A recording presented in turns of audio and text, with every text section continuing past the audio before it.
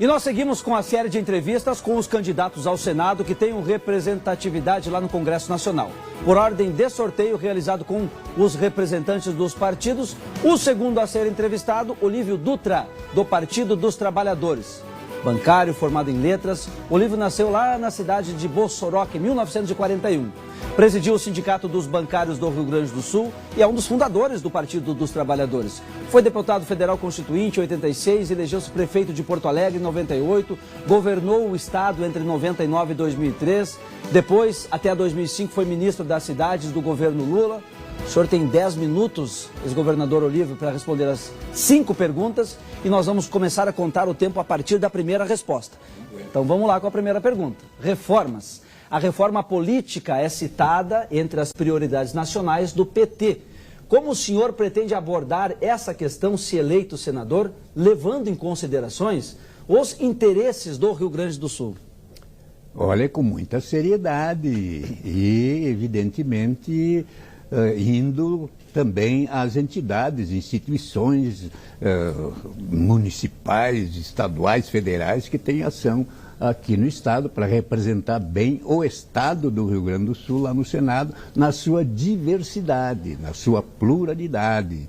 O Estado também tem situações muito sérias, de descompasso no seu desenvolvimento, problemas sérios com a dívida pública, onde a União tem parte nisto, e tem também problemas sérios de pobreza, fome, e necessidade da gente produzir mais e melhor alimentos para a vida e não para a morte, seja através da grande lavoura, seja também através da pequena e média agropecuária, importante no Estado, contribui com mais de 70% dos alimentos que vêm na nossa mesa. A grande lavoura tem uma importância grande com relação à exportação, isso é importante, a gente tem que produzir mais e com mais qualidade e menos veneno e sem agredir e destruir as fontes da natureza. Então, eu vou estar sempre preocupado com isso e preocupado com a questão do... Não, isso significa reformas, evidente, mas reforma tu não faz de decreto, e nenhum senador de cima para baixo, solito, isolado. Eu vou estar apoiando os governos do companheiro Lula na presidência e aqui do companheiro Edgar no governo do Estado, que administre bem a coisa pública, no interesse efetivamente público e não pessoal particular de ninguém. E o Estado se desenvolva economicamente viável, ecologicamente sustentável e socialmente justo. Vamos à segunda questão, competitividade, candidato. O governo do Rio Grande do Sul terá 5 bilhões a menos no orçamento, caso o teto de cobrança do ICMS sobre os combustíveis e as telecomunicações siga em 17%. Conforme estipulado hoje pelo governo federal. Como o senhor enxerga essa restrição no orçamento? E o PT tem a intenção de reverter essa medida? Como pode ser feito isso no Senado? Samuel, esta negociação, evidente que em outros governos também foram feitas negociações. E esta, digamos, engavetou o Rio Grande. Porque o Rio Grande perdeu a sua autonomia, o governador tem que ouvir 3 funcionários públicos federais, o que ele deve fazer, não deve fazer, e isso é uma redução do pacto federativo. O pacto federativo, municípios, Estado e União, nenhum desses entes pode se sobrepor ao outro. E aí está evidente que de baixo para cima garrotearam o Rio Grande. Então não há governador que entre aí que não tem que renegociar essa questão. A gente do Senado vai estar apoiando as medidas do interesse do Rio Grande. Não é possível que tenhamos 1.200.000 pessoas passando fome no Estado e a gente tem que tirar dinheiro dali para pagar a dívida. Nós vamos ter que dizer não. Primeiro a gente atende a dignidade do povo. A Constituição diz isto. Os Estados, a União e os Estados têm que fazer com que cada cidadã seja digno de viver com o seu trabalho, com seus recursos, ser respeitado. E não pode se dizer que 1.200.000 pessoas não estejam passando necessidades e o Estado descumprindo a sua tarefa de garantir dignidade para o povo. Então nós temos que tratar primeiro essa questão, mas é evidente que tem que ser renegociado o que está aí, porque nenhum governante vai poder sustentar esse tipo de repassar para o Estado o que vai faltar aqui para educação, saúde, infraestrutura, ciência, tecnologia. a gente vai estar lá apoiando as medidas de... Nós torcemos para que o Lula seja presidente, o Edgar Preto, o nosso governador. As medidas que eles tiverem nesse rumo vão ter necessariamente o nosso apoio.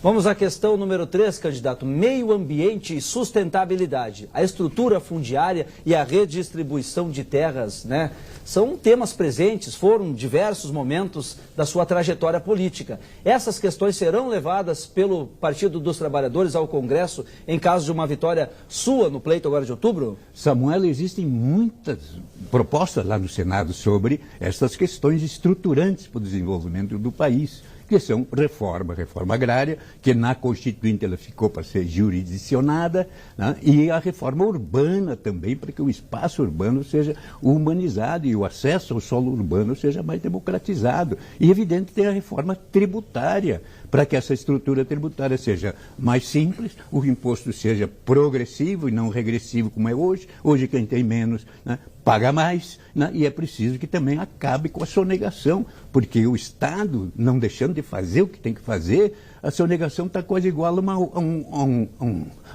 a um outro orçamento. Então não é possível que seja assim, nós vamos ter que trabalhar essas questões seriamente, mas sempre ouvindo aqui as entidades sociais, o campo, a cidade, as escolas, né, os espaços todos em que há disposição para o trabalho digno, com carteira assinada, gerando mais emprego, o primeiro emprego para a juventude, o respeito às mulheres, aos negros, aos povos originários e, né, trabalhar seriamente, sim, a questão da segurança. Ter um espaço em que as pessoas se sentem seguros, não pela violência do Estado armado, mas pela capacidade dele agir bem com o seu pessoal qualificado, né, e capaz de atender essas situações e evitar as situações graves que temos. Mas tem coisas que são resolvidas pela uma cultura que a gente também tem que incentivar, que não é a cultura do ódio, não é a cultura da desavença, né, por discordar politicamente, não é a cultura da discriminação,